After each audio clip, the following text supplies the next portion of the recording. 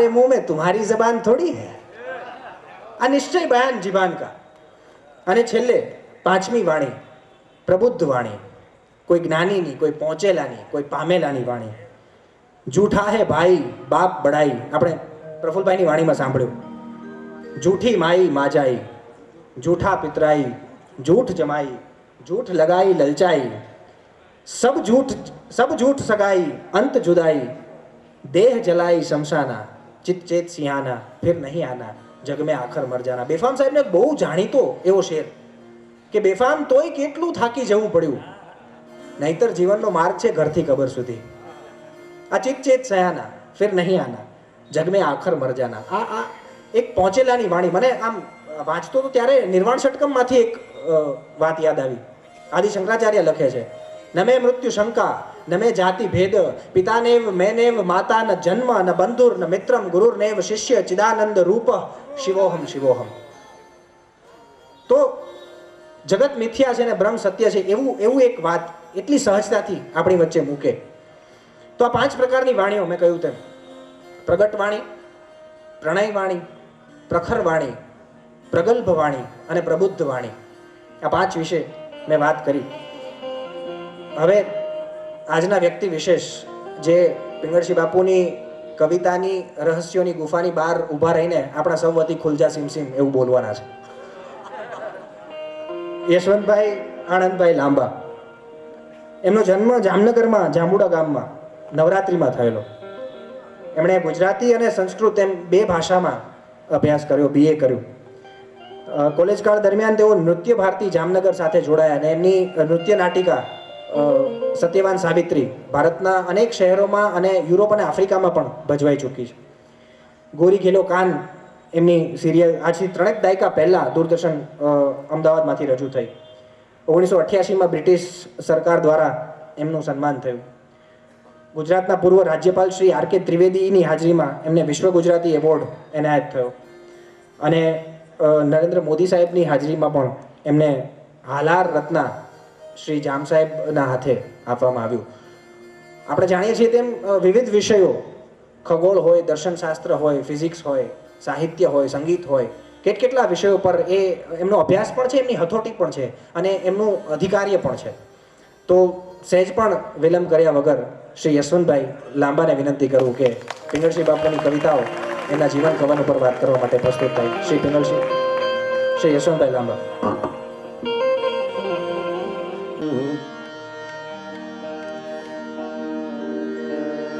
ॐ मुखाराज बिंदु संयुगतम नित्यं ध्यायन्ति योगिनः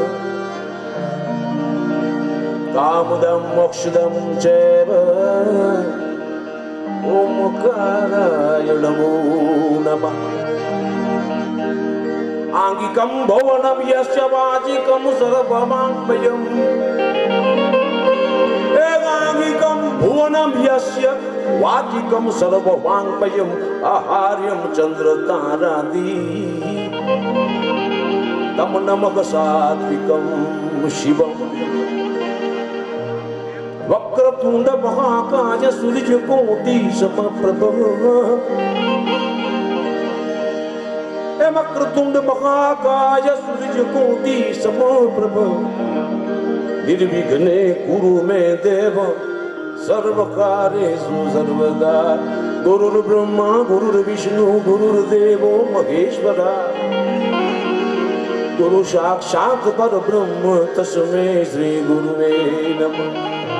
सर्वमंगल मांगल्ये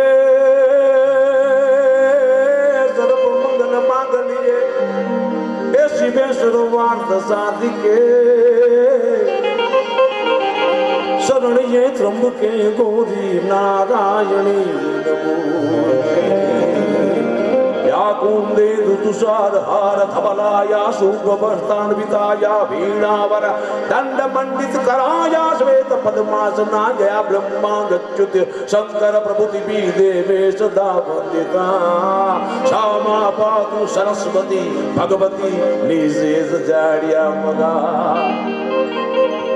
विघ्नेश्वराय वरदाय सुरप्रियाय या कोंदे ऋतुसार धवला करवाने बदले या गोंदे तू तुषार हार धवला अपने अनूठा है चारण अपने आप में अनूठा है એટલે નારાયણ સ્વામી બોલેલા ચારે વર્ણથી ચાણ છે ન્યારા બેઝિક પ્રિન્સિપલોની બહારે જવું એટલે કવિતા અને એવું ચાણોની પરંપરાના પૂર્વાચાર્યોમાં એ અર્વાચીન પૂર્વ છે અર્વાચીનોમાં પૂર્વી 158 વર્ષની આસપાસ આવો ડાલામાં તો કોઈ છે નહીં એટલે એને અર્વાચીન પૂર્વી એવું નામ દેવું પડશે આપણે કોઈની તુલના કે જોખતોક કરવા નથી બેટા આ એ પડ્યું છે આ અહીંયા ન હોય તો આ બોર્ડિંગ ન હોય ચારણ હોય તો બોર્ડિંગ ન હોય આવો ડાલામત કૃષ્ણ કુમારજીના મોઢામાંથી કવળ કાઢી લઈએ હાવાજીના મોઢામાંથી રોટલો કાઢે એમ એને આ બોર્ડિંગ કાઢી લીધું મને લાગે છે રામલીલા પિક્ચરમાં ડાયલોગ હતો એને ઓલી બોલે છે કે હમ બોલોગે શેર કે મુંહ સે નિવાલા છીન લેતે આ કૃષ્ણ કુમારજીના મોઢામાંથી બોર્ડિંગ લઈ લીધી બોલો આવો ડાયલોગ એટલે ઈ પિંગળસિંહ એ પિંગળસિંહ છે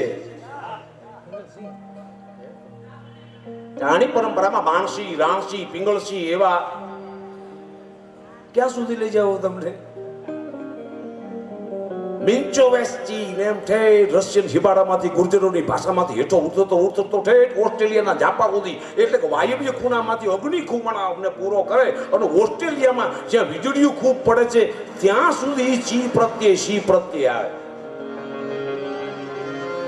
પણ આપણા મગજમાં આપણે જુનાગઢનો સિંહ જોયો છે એટલે આપણે સિંહ કરતા સિંહમાં વધુ રસ લઈએ છીએ આનો જે સિંહ છે એ તો એવડો મોટો વિશાળ કે રશિયાની સાઇબેરિયન બોર્ડર માંથી લઈને ઓસ્ટ્રેલિયાના જાપા સુધી એ પિંગળસિંહ રાણસિંહ માનસિંહ એવા નામ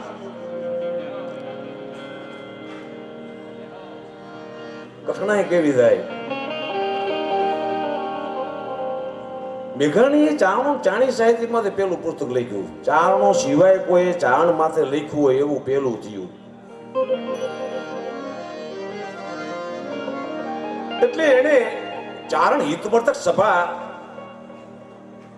પાસે માગણી કરી કે કોઈ એવો ચારણ મને આપો કે જે મને ગાઈડલાઈન કરે હવે આ વાત સમજી લેજો નકર તમારી વાયડાઓ છો ભાઈ ખોટા અહંકાર ને છે ચાણ ને ખોટો અહંકાર કોઈ દી નથી હોતો અને ચાણનો જે હાથો અહંકાર પ્રગટે ને તેની જાગી જાડે જ્યાં શિરે કામય કાળો નાગ થાય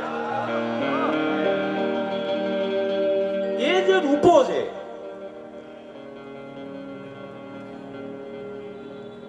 પિંગળજીભાઈ ને કે ભાઈ હું ક્યાંક રોહોડિયા હોય અને એને લીલા લખી નાખું લીલા હોય એને પીળા લખી નાખું રૂડાચ હોય એને હું ક્યાંક સિંધિયા લખી નાખું રૂડાચને સિંધિયા લખી નાખે તો રૂડાચને વાંધો નથી પણ આઈડેન્ટિફાઈ એ રૂડાચ છે રૂડાચ એ સિંધિયો જ છે પણ એની આઈડેન્ટિફાઈ એ રૂડાચ છે જેમ ગુઢાય છે ને હટાણ આપણે ઉઢાસ કહીએ છીએ ને એ ખરેખર ગુઢાય જ છે ગુઢે વસ્ત્રે ગોરિયા જે 1000 વર્ષ સુધીનો જૂનો શબ્દ છે ગુઢ પણ આપણે એનો ઉદાસ કરી નાખ્યું કે હિન્દીમાં કોઈ ગુઢાય સમજતા નથી એટલે ગઝલો ગાતા હતા મારા સમયમાં મને યાદ આવે ગઢવી તમે દુરાન જન ગાઓ ભજન ગાઓ એમ ભાઈ ની ગોળે રાસડા ગાઓ પણ ગઝલમાં તમારું કામ નહીં આવું હું સાંભળતો આના બાપ હમણાં રાજાભાઈ રૂડા અહીંયા આવ્યા હતા ને એ સાંભળતો એ વખતે સાયન્સમાં પણ હા અને એના સસરા છે મારા ગુરુ રામભાઈ અહુરા અને ગેગરી પેક લાગે હું તમને એટલે આધુનિક ચારણોના સંદર્ભોમાં તમારી આધુનિક દુનિયામાં લઈ જવા માંગુ છું કારણ કે તમને એટલી જ ખબર છે કે સાહિત્યમાં હોય ચારણ એવું નથી કેટલાક ગેગરી પેક હોય ને ફિલ્મમાં ન હોય એવા હોય કા નકર ગેગરી પેક નો વારો ન આવે ગઢવી જવા દે તું થઈ ગયા इसका नाम चारण. એવા અનેક દાખલા છે. તો મને તેથી એવું થતું હતું કે સાહેબ છે ને સ્કૂલમાં ભણાવે છે, હાઈસ્કૂલમાં, અને પછી નવરાત્રિની પળોમાં પિક્ચરમાં રહે છે અને ગેગરી પેક તખડુસ રાખી અને ફિલ્મમાં જાય.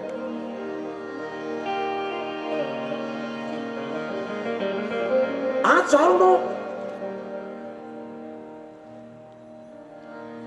એનો કોઈ દુવો છે, એવી કોઈ કવિતા છે, એનું આખું ફિઝિક્સ ગેગરી પેક છે. કદાચ ગેગરીમાં નથી એવું કંઈક હતું. Gregory was not poet, he was poet. આ ચારણો શું છે ભાઈ? અને ગેગરી પેકનો જે દિવસે મેં મેકનાઝ ગોલ્ડ પિક્ચર જોયું તો ખબર પડે. મેકનાઝ ગોલ્ડ આખી વાર્તા પછી ચારણની વાર્તા જ છે. એમાં જે વાર્તા માંડે છે પાછું બારહટ જેવો જ છે અને એ સુરદાસ છે.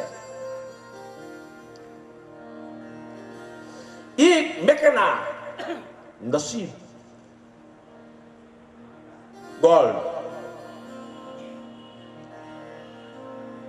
કેટલાય કેદુડાના કહે છે કે જી બરાબર જનરેટર, ઓ ઓરિજિનેટર, ડી બરાબર ડિસ્ટ્રોયર. ગોડ એટલે બ્રહ્મા વિષ્ણુ મહેશ. ગઢવીએ કીધું કે ઊંધો કરી જાણી તો ડોગ થશે. એટલે કરતા હોય કરાય, કાન વગરના ઉભા ઉંબાળિયા ન કરાય. જો તમે જી જનરેટર, ઓ ઓર્ગેનાઇઝેટર, ડી ડિસ્ટ્રોયર ને ગોડ કરશો, પછી આમ કરશો ને તો ડોગ થશે. પછી ડોગને કેવી રીતે ગોડ આરે પીટ કરશો? इसलिए चाण परंपरा एक कठोर उपासना से आती बहती हुई तलवार की धार है.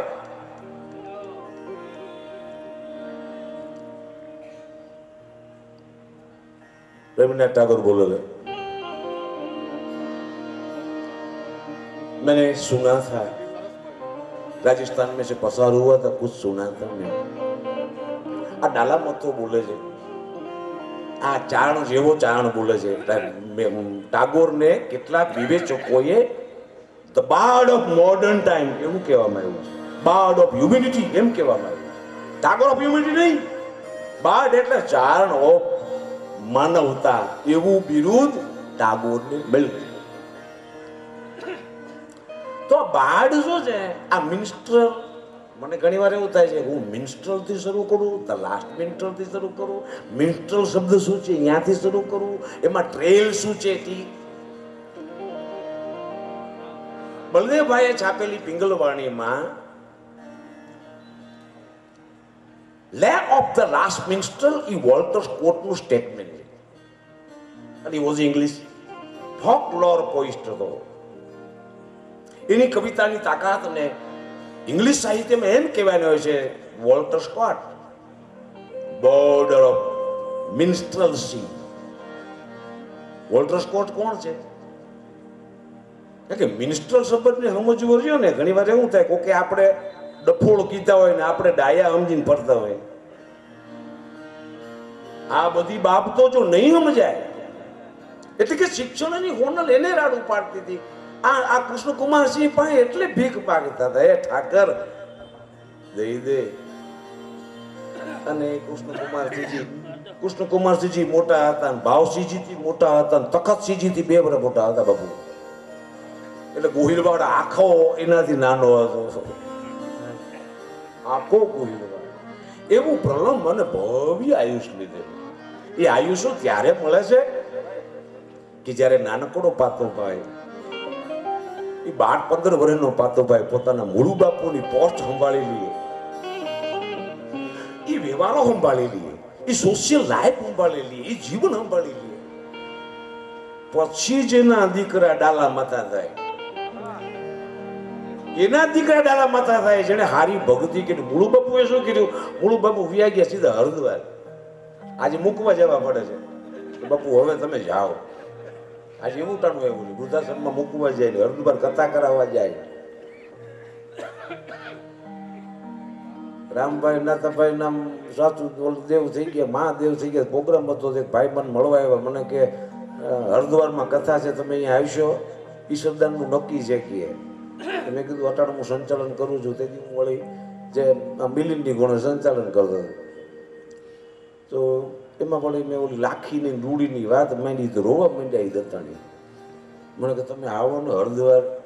મેં કીધું કાં? એ કે પ્રોગ્રામ તમારો કરવો છે. મેં કીધું સાંભળો, આ બધાય છે ને એટલે મને મજા આવે છે.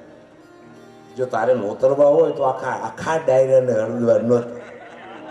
અમારો ડાયરો હોય તો જ અમને મજા આવે. चारणों की भाषा सिवा चारण किसी के लिए कभी भी नहीं थी. ईश्वर कदाच आज એનું એવડું મોટું ફંક્શન છે. ઈશ્વર વાણીના 100 વર્ષના પ્રકાશનના એ ડાલા મથાને ઇન્ટ્રોડ્યુસ બાય પિંગલસિંહભાઈ પાતાભાઈ નરેલા. નકર આપણે ઈશ્વરદાસને કેવી રીતે પામ્યા હોત એની હું તમને કલ્પના ન કરાવી શકું. એને એક એરિયા બાંધી દીધો. 100 ને આ 158 છે. 158 એવો નંબર આવે છે. એ હમણાં તમને આદિ શિવ ઓમકારમાં 14 કેવી રીતે બને છે એ કરીશ. આજે એવું થઈ ગયું છે 158 માં 158 અને જ્યારે હરિરસ એને પ્રકાશિત કર્યો ત્યારે 194 છંદ હતા. 1 and 9 and 10 and 4 યજગાદી Shiv Omkar.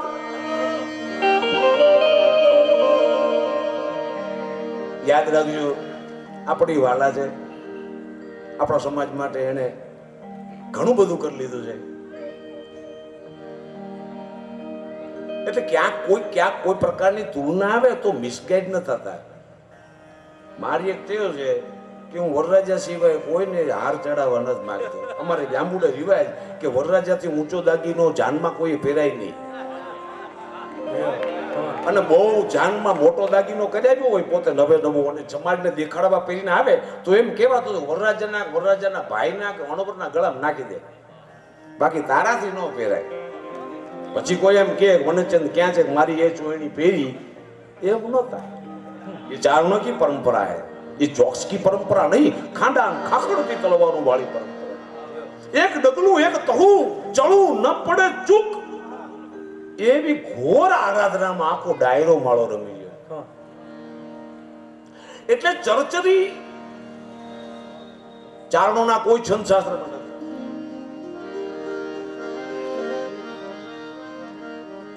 Raghunath રૂપકમાં નથી. હું હમણાં કહેતો હતો, મેં કીધું મિલિંદ ડીંગલ ક્યાં થયું ખબર છે? તો ક્યાં થયું? મેં બોલ ડીંગ થયું ને, ડીંગ બોલ ડીંગ. ડીંગમાં જેટલા ભણ્યા ત્યાંથી ડીંગલની શરૂઆત. અને અહીંયા મને સાંભળે છે ખોડીદાનભાઈ ઝુલા હોય તો બોલે જેટલા અહીંયા ભણ્યા એ ડીંગ મારે બહુ જબરા હતા.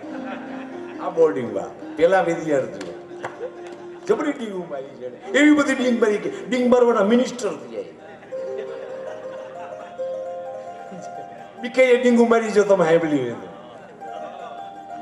અને હમણાં કેટલાક ચારણો સુંદર બજારી ડીંગ મારે છે. भाई ये कौन सा समाज है जिसका झूठ भी चाहने लगते हैं लोग? આ કેવો સમાજ છે જેનું જૂઠ માળું હદને હલબલાવે એવું નાખે એવો ચારણ માળો બ્રહ્માનંદજી નો ચર્ચરી છે. એ વધુ ઇન્ટ્રોડ્યુસ થયો છે. એ અષ્ટક હતું આખું. એ ગરી ગરાગા જગ હેદ કેદ બિકરીત સુત બેર બેર પરગટા ગટ પેર પેર નટવર નાચે. આવી બધાય પરગટ જ બોલી છે, પણ વર્ણ સગાઈના નિયમ પ્રમાણે ફરગટા ગટ પેર પેર નટવર નાચે આમ જ થાય. ચારણોને પોતાનો સમાજ અને વર્ણ એટલો બધો વાલો છે કે કવિતામાં વર્ણ સંગાઈના કઠોર બંધનોની ઉપાસના કરી. તમે હરિરસ વાંચો એટલે એને હરિરસ વધુ ઇન્ટ્રોડ્યુસ કરવાના પ્રયત્નો કર્યા. શું કામ? કે આખા હરિરસમાં ઈશ્વરા પરમેશ્વરા એટલું બધું વર્ણ સંગાય. નાતે મરવું નાતે તરવું સ્વધર્મે નિધનમ શ્રેય અર્જુન. એ કૃષ્ણ કદાચ ચોક ચારણના હેઠા વેણ બોલ્યો હોય છે. સ્વધર્મ નિધર્મ શ્રેય પરધર્મ ભયાવહ એટલે જ વર્ણ સગાય કવિતાની. આદિ શિવ ઓમકાર અયો ભજન હરત પાપ પાર. ભજન કરવાથી પાપનો ભાર ઓછો થાય. નિરંજન નિરાકાર ઈશ્વર નામી, એ નિરંજનથી જે વર્ણ સગાઈ શરૂ થઈ એ નામીએ પૂરી થઈ. આવું વર્ણ સગાઈનું કઠોર બંધન પિંગળજીભાઈ, પાતાભાઈ, પિંગળજી બાપુ સિવાય એના પેલાના કોઈ ચાણ કવિરાજના ચરચરીમાં નથી મળતું. સંભળાવું ને એટલે તમને ક્લિયર થાય. આપણે બ્રહ્માનંદજી માતા માથે છે 8000 પદો લખ્યા છે. વધુ વધુ પદ લખવામાં કોણ? તો ગઢવી. મીરાબાઈ નથી, નરસિંહ મહેતા નથી, પણ ગઢવીને આગળ કોણ થવા દે? માયક જ નો મૂકે વાળવા, એટલે ગઢવીને વાળા. જો ગઢવીને એમ કહ્યું કે સૌથી વધુ પદ લખવા વાળો ગઢવી, તો ગઢવી બજારમાં હાલવા નથી. એને કારણે બ્રહ્માંડજીની પાયરી નીચી કરેલી. એટલે બ્રહ્માંડજી સહજાનંદજીને કીધું હતું, ઈ આ ગઢડે જતા ને, આ ભાવનગર મહારાજ બ્રહ્માંડજી લાડુદાને એમ બોલ્યા હતા, મારો માથાનો દુખાવો છે, તો કે ચારણ છું જો કાઢી ન દઉં તો ધૂળ પડી. અંતે આપણે એમ થાય છે કે બ્રહ્માનંદજી લાડુદાન માંથી